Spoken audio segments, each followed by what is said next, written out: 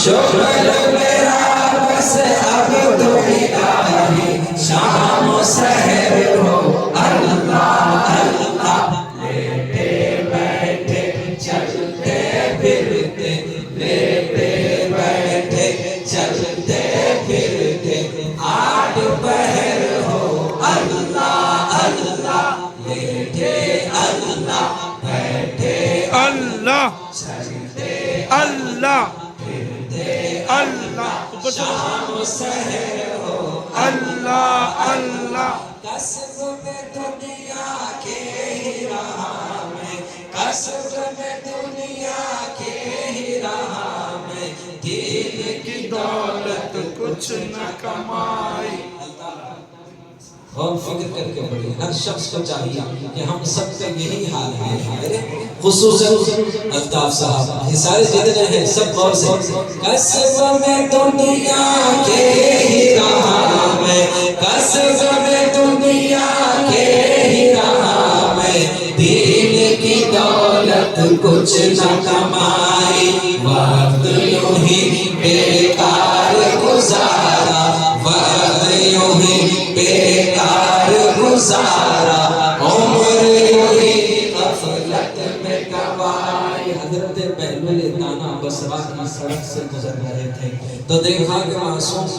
بچے سڑک کے کنارے اخروٹ اور بادام سے کھیل رہے تھے بہلول دانا نے ایک معصوم بچے کو دیکھا کہ کنارے اس کھڑے وہ معصوم رو رہا تھا آپ نے کہا لگتا ہے کھیلنے کے لیے اس کے پاس اخروٹ بادام نہیں ہے چلو خیریت پوچھ لوں گا اگر اس کے پاس یہ کھیلنے کا سامان نہیں تو میں دلا دوں گا غریب بچے کے پہنچے اور کہا کہ بیٹے کیا بات ہے تم ان کے ساتھ کھیلتے کیوں نہیں کیا تمہارے پاس یہ کھیلنے کے لیے اخروٹ بادام نہیں ہے چلو بازار سے میں تمہیں دلا دوں گا وہ معصوم بچے نے بہلول دانا کی طرف ایسا دیکھا اور کہے گا کہ بہلول ہٹ جا کہ ہم کھیل کے لیے پیدا ہوئے ہیں بہلول دانا نے کہا کہ ہائے میں نے اس بچے سے کہا کہ بچے پھر کیوں پیدا ہوئے ہیں تو بچہ کہتا ہے بہلول کیا تم نے قرآن نہیں پڑھا اللہ اکبر بہلول کہتے ہیں کہ قرآن میں نے کئی دفعہ کیا کہتے ہیں قرآن پڑھتا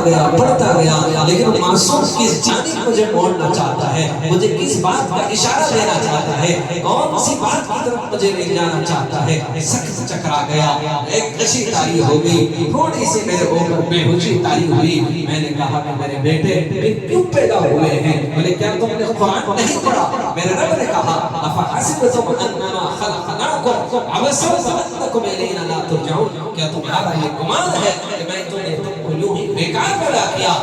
نہیں تم سب کو میرے پاس اور آنا ہے اور ایک پل اور ایک سیکنڈ کا حساب دینا ہے اسی آیت پر میرے محبوب نے کہا غنیمت ہے صحت علادت سے پہلے فراغت مشاغل کی کثرت سے پہلے جوانی بڑھاپے کی زحمت سے پہلے اقامت مسافر کی رحلت سے پہلے فقیری سے پہلے غنیمت ہے دولت جو کرنا ہے کر لے تھوڑی ہے محمد میں نے اس معصوم بچے سے پوچھا بہلول فرماتے ہیں میں نے اس بچے سے پوچھا کہ بیٹا ابھی تمہارے نامی اعمال میں کوئی گناہ نہیں لکھا ہے کیوں تم اتنا خوف خدا کے ساتھ جہنم کے انگاروں سے ڈرتے ہیں تو معصوم بچے نے مجھ سے کہا کہ بہلول ہٹ جا میں نے اپنی ماں کو دیکھا ہے جب بھی چولہا سلگاتی ہے بڑی